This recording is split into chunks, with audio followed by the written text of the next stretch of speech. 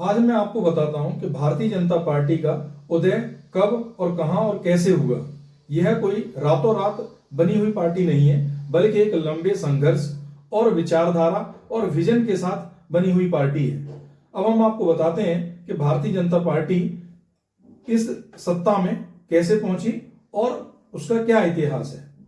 जब हमारा देश 15 अगस्त 1947 को आजाद हुआ, उसके बाद जो सरकार बनी वो एक राष्ट्रीय सरकार थी, जो पंडित जवाहरलाल नेहरू प्रधानमंत्री बने और उनके नेतृत्व में एक पूरे मंत्रिमंडल का गठन हुआ, जिसमें डॉक्टर श्यामा प्रसाद मुखर्जी उद्योग मंत्री बने। और श्यामा प्रसाद मुखर्जी कोई साधारण व्यक्ति नहीं थे, बल्कि एक प्रतिभा के धनी और पढ़े लिखे और एक विचारवान पुरुष थे। वह कलकत्ता विश्वविद्यालय के कुलपति भी रहे।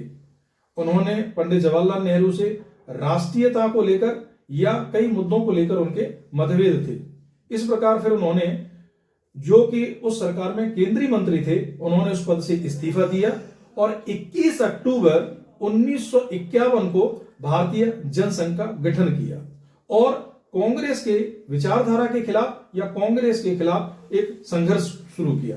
जब जनसंघ की स्थापना हुई तो उसके संस्थापक सदस्यों में पंडित दीनदयाल उपाध्याय और बलराज मधोक भी थे।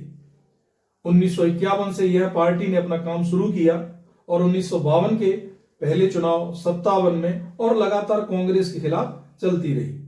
जब उन्हें कांग्रेस के खिलाफ इतना जन समर्थन नहीं मिला कि वह सत्ता में आ जाते, तो इंदिरा गांधी के इमरजेंसी के खिलाफ जब पूरे देश में सारी पार्टियां इकट्ठी हुई, तो जनसंघ ने भी उसमें अपना विलय करके एक नई पार्टी फॉर्म हुई 1977 में, जिसका नाम जनता पार्टी हुआ और इंदिरा गांधी की हार हुई और देश में जनता पार्टी की सरकार बनी। जनता पार्टी की सरकार में मोरारजी देसाई प्रधानमंत्री, अटल बिहारी वाजपेयी विदेश मंत्री और लाल कृष्ण आडवाणी सूचना एवं प्रसारण मंत्री बने। यह सरकार 1977 से लेकर 1980 तक चली। उसके बाद ये सरकार गिर गई। उसके बाद 6 अप्रैल 1980 को अटल बिहारी वाजपेयी के नेतृत्व में भारतीय जनता पार्टी का गठन हुआ, जिसमें मुरली मनोहर जोशी, लाल कृष्ण आडवाणी उसके संस्थापक सदस्य थे।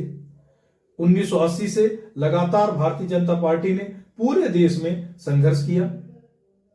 1989 में वह बीपीसी की जो सरकार बनी, उसमें भारतीय जनता पार्टी का बाहर से समर्थन था। 1951 की रथ यात्रा हुई। 1952 में मस्जिद जो ढांचा था वह गिरा और उसके बाद भारतीय जनता पार्टी व्यापक तौर से पूरे देश में फैली। उसके बाद भारतीय जनता पार्टी का संगठन और संघर्ष की वजह से आज भारतीय जनता पार्टी पूरे देश में अपनी सरकार चला रही है और कई राज्यों में सरकार है। लेकिन अभी भी उनका विजन और मिशन वही है जो पहले से था। वह यह है कि यह पार्टी किसी व्यक्ति विशेष की पार्टी नहीं है। पहले भी इसमें जो पहले जो नेता थे, जैसे श्यामा प्रसाद मुखर्जी, बलराज मधोक, दीनदयाल उपाध्याय, इन्होंने एक नई पीढ़ी को तैयार किया, जो अटल बिहारी वाजपेयी, कुशाभाऊ ठाकरे, मुरली मनोहर जोशी और लाल कृष्ण आडवाणी के रूप में थी। इस पीढ़ी ने पार्टी को संजोया, सींचा और एक नई पीढ़ी को तैयार किया।